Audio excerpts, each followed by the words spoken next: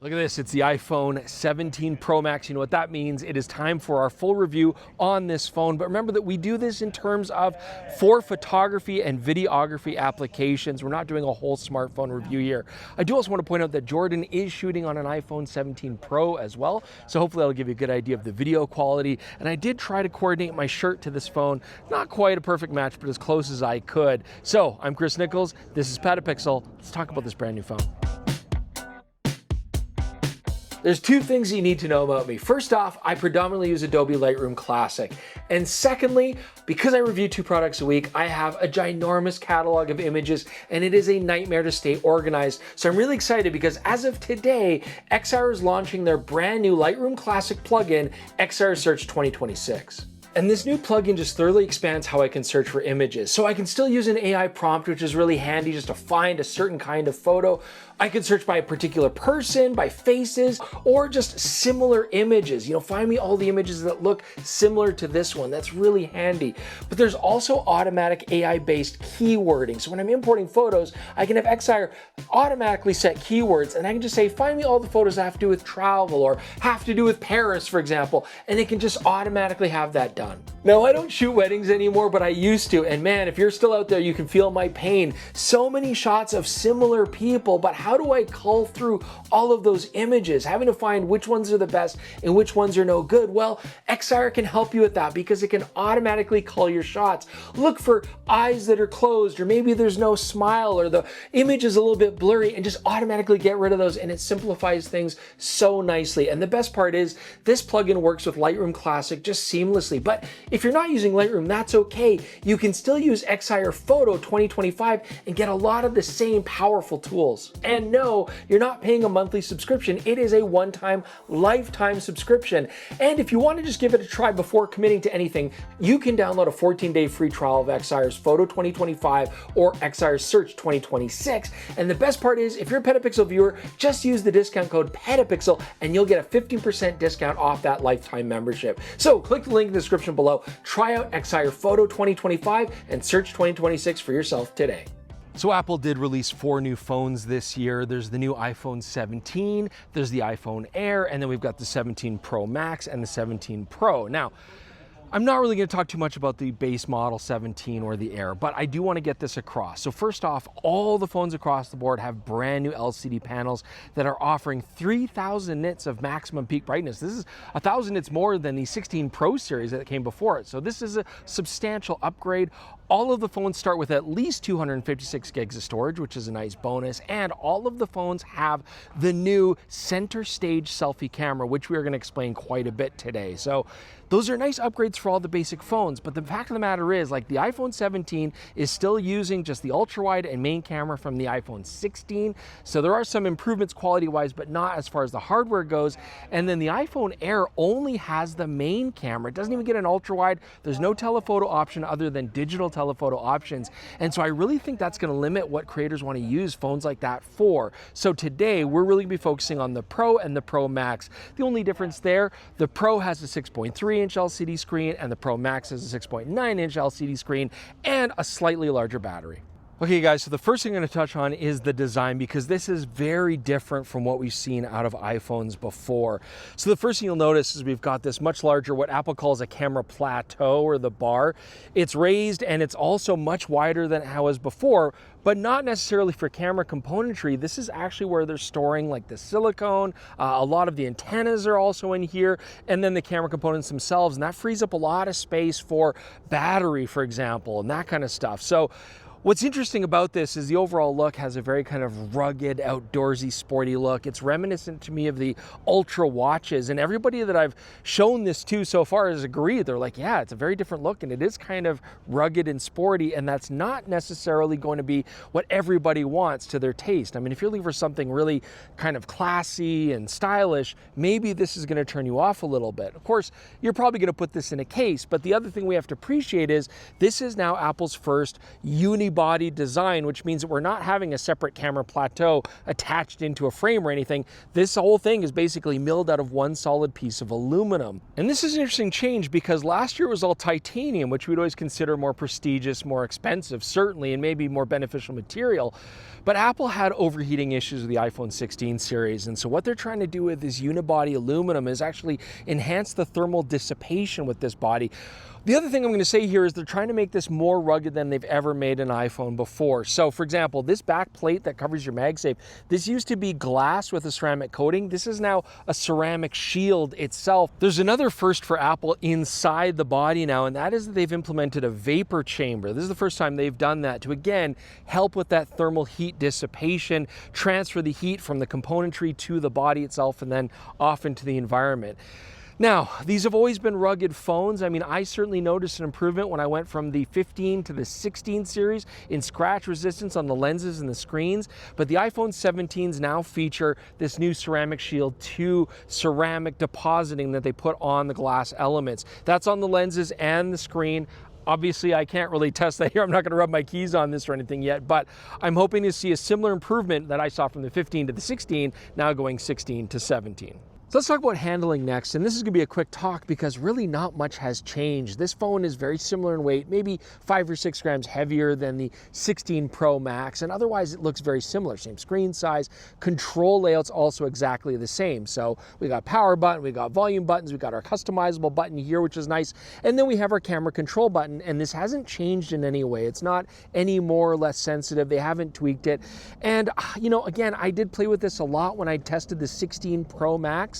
And I found that as kind of interesting as it was, I tended not to use it. I find that I just want to switch everything as far as exposure goes or undertones go by using the touch screen. So I generally turn all that off, and this just becomes a shutter button or the button to open up the camera module in the first place. So again, you can set this up. It's basically the exact same as the 16 Pro Max.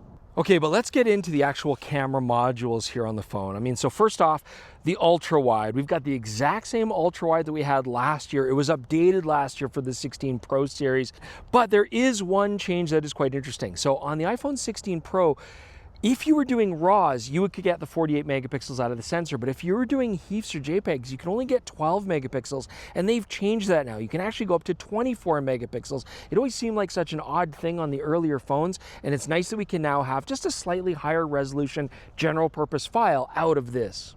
So next we have the main camera, and this is a similar story. It's the same camera that we had on the iPhone 16 Pro. Again, just as a reminder, make note that the ultra-wide and the main camera on the Pro series are physically larger in size than what you'll find on the base model 17.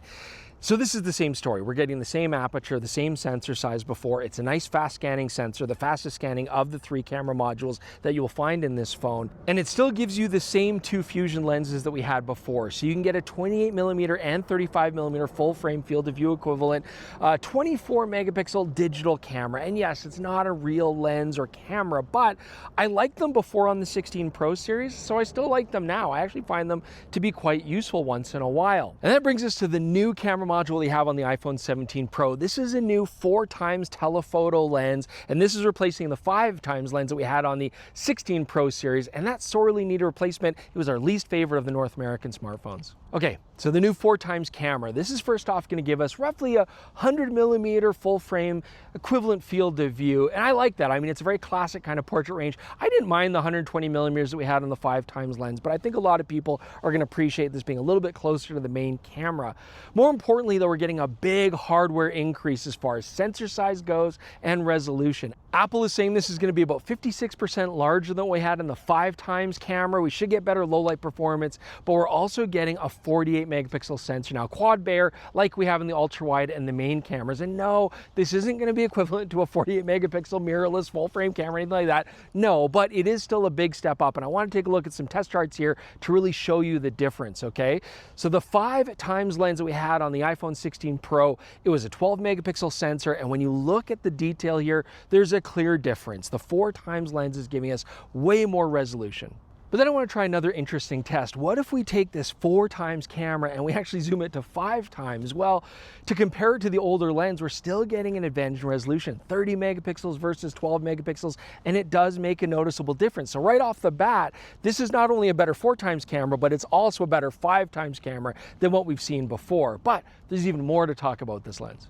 Now, Apple is also giving us an 8x option on this new phone, and it's using the 4x camera and basically cropping it down to a 12 megapixel range. And this is giving us a 200mm full frame field of view, but it isn't optical. As much as they want to say optical, it's not optical. It's a crop, all right? So, I mean, there's no digital up-resing or anything going on. It is kind of annoying that Apple, as well as all the other smartphone companies, love to use terms like this, optical lens. I mean, okay, but it's a crop down to 12 megapixels. And why doesn't that 8x crop look as terrible as we think it should? Well, when we were talking to the Apple engineers, they mentioned that they have a brand new pipeline set up for 12 megapixel cropped files. And of course, when you hear something like that, you're like, that sounds like salesman talk. It sounds like engineer talk. I don't really buy it. But we wanted to test that out as well. And I think what really illustrates it is when you look at the 2x camera on both the iPhone 16 Pro and the iPhone 17 Pro. So these are both similar 12 megapixel crops.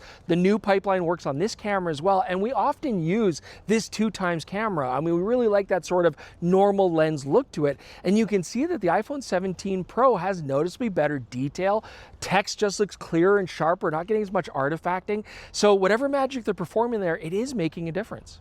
Okay, so now I've flipped over to the selfie camera. This is the new center stage camera that all 4 phones get, and it's a really cool feature. I think creators are gonna really like this. So the basic idea of this is you can have the camera in a vertical orientation, but then you can change it to do horizontal recording, vertical recording without having to rotate the phone. That's one convenience. The other cool thing is it does have now an auto framing option. Now, the previous selfie camera, you could choose different focal lengths. I mean, you choose your main field of view and then a tighter crop.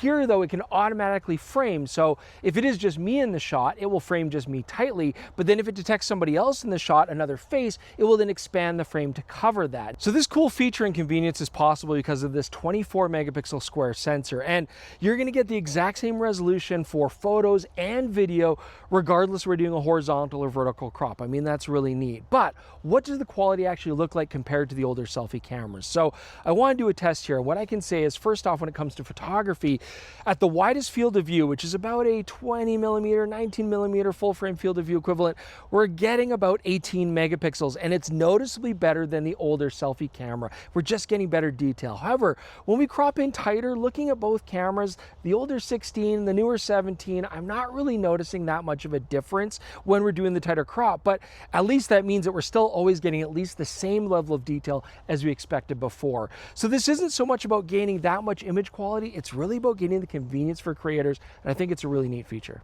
Let's talk about image quality in this video and just the overall look here, because you may or may not have noticed we did not process this video HDR. I mean, normally we would because we want to showcase what the iPhone photos will look like on iPhone screens and stuff, but a lot of people out there are like, this looks garbage on my screen, it's not looking proper, Jordan doesn't know how to grade, and that makes him really furious because he's actually a fantastic colorist. And so he's decided, you know what, we're doing SDR. And so for that very reason, I will say that the photos that I took, I've mostly shot raw and then processed them like I would any other camera to fit in a color space and give a look that I want it to have.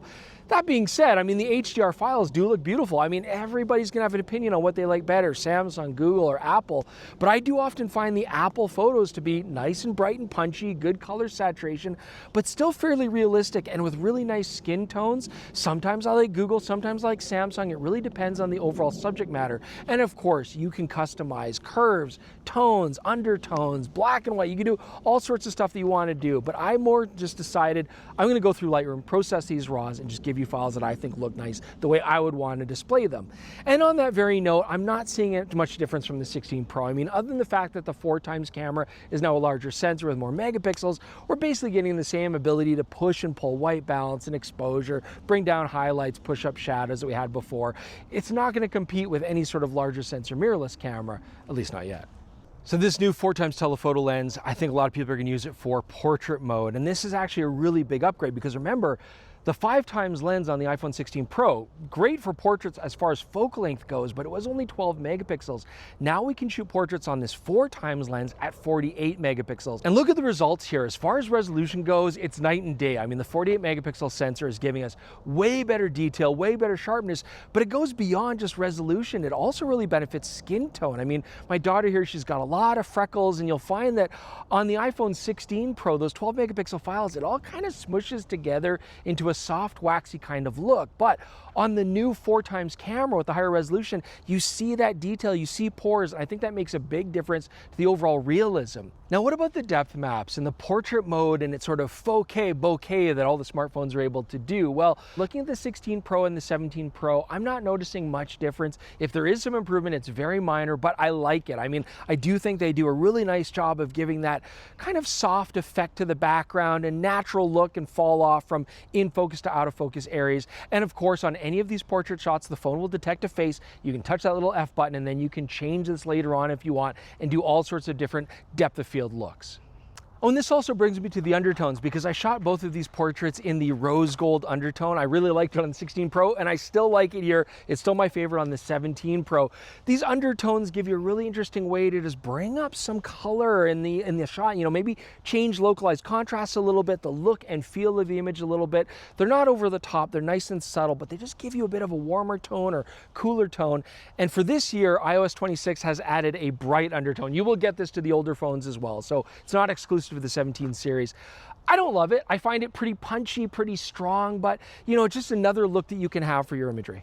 So the last thing I want to touch on when it comes to portraits and this 4x lens is a little bit convoluted, but here we go. So the 4x lens can focus just a little bit closer than the older 5x lens could. Now, for things like close-up and macro, it's kind of a non-issue. I mean, you're getting a very similar result. Maybe it's a little bit tighter, but it's still not what I would call macro. By the time you go to proper macros, you're utilizing the other cameras as well, and it's all the same. But what about for portraits? I mean, the 5x lens's weakness that we've seen is the lower 12 megapixel resolution. However, when you're using the 4x lens for portraits, you have to keep in mind you're only getting at 48 megapixels while you're within its ability to focus. And that threshold is roughly when you go past a classic head and shoulders kind of range. You can see here Jordan's shoulders are still just barely visible, and we're still at 48 megapixels. But if I go just a little bit tighter, mostly just to his face, we then drop down to 12 megapixels, and then we're not getting that same benefit. So just watch that kind of minimum distance. Make sure you're not exceeding that if you want to capture that higher resolution. Let's talk about flare, because this is something people have been worried about on smartphones. Although honestly, the iPhone 16, I really noticed big improvements and there wasn't much flare. I'll move my head out of the way here. You can see a little loss of contrast, right? I mean, nothing too crazy. What we're not really getting is any major ghosting. Sometimes if you got a bright light source in the corner, the opposite corner, you will get a bit of a little green ball or something like that. Sometimes what looks like an eyeball, but I didn't really get that effect too strongly. Just a little bit of a ghost there at the bottom, but overall, it's exactly the same as what I expected on the 16, and that makes sense. The engineers confirmed it's the exact same coatings they used last year. Hi, it's Jordan here to talk about the new video capabilities on the iPhone 17 Pro. And honestly, these are some of the most minor updates that we've seen in many years. The biggest upgrade for me, if you're shooting video, is moving over to the new 4x lens. I think it's a great focal length, and I've just been very impressed with the stabilization on it. A lot of the time when you have smartphones with telephoto lenses, they'll fight you a little bit, where I do really find we get nice natural panning with the 4x lens on this camera, and I'm going to be using it all the time. But the big thing we were supposed to lose our minds about on the Apple keynote was that they are now giving you the ability to record ProRes raw video in your smartphone. But honestly, how often are you going to need that? I mean, we already have the ability to record Apple Log, which gives you tons of flexibility when you're adjusting your white balance, lots of latitude for all of your dynamic range. The real benefit to shooting raw video is you can really dramatically alter the white balance and the exposure. But I just don't need that most of the time when I'm dealing with smartphone footage that doesn't have expansive latitude anyways. That being said, the ProRes RAW recording does unlock something incredibly useful, which is open gate recording. You can see right now our frame is 4:3 aspect ratio, so I can pull 16:9 or vertical frames out of it. It's extremely useful if I want to just shoot something once and deliver it in a few different aspect ratios. The downside is it needs the full sensor recording to stabilize the video, so as soon as you click this on, you can see it's a tiny bit bouncy while Chris is hand holding this, and that's because there is no stabilization when you're recording ProRes RAW open gate. The funny thing for right now is this is still a little bit hypothetical, because even though they're both designed by Apple, using the ProRes RAW in Final Cut, I don't have the option now to dial in the white balance and ISO settings when it's being debayered like we would with traditional RAW format. That being said, Resolve now supports ProRes RAW. Premiere does, and I'm sure support is coming to Final Cut in the future. So if you need maximum flexibility, it's there for you now. I just don't think many casual users will ever touch this. One other potential inconvenience with recording in ProRes RAW is it's only going to be available to an external drive. That seems kind of odd to me, because this, when it's recording ProRes HQ, which are similarly massive files, will allow you to record those up to 30 frames per second right into the camera internally. It's a little disappointing, and it makes me question why we have this new 2 terabyte version of the Max. How's this look? It looks great. Okay, so one of the nice things that they've moved over to the new selfie screen is are you mocking me? Yeah, I know, it looks silly. Hang on, I'm gonna move this. I'm gonna put you in the center and move the frame. Okay. I'm in the top right here, bottom right, bottom. I'm gonna go bottom left. Okay, so now you've got the option to record both the main camera and the selfie camera simultaneously, which is gonna be great if you wanna do like reaction videos or something like that. But what you probably saw there is you can move around where that picture-in-picture box is in the frame, but you have to do it right at the time of recording. It's not actually gonna save 2 separate video files, so you've gotta make sure you put that box in a place where it's not gonna obscure the subject that you're trying to record.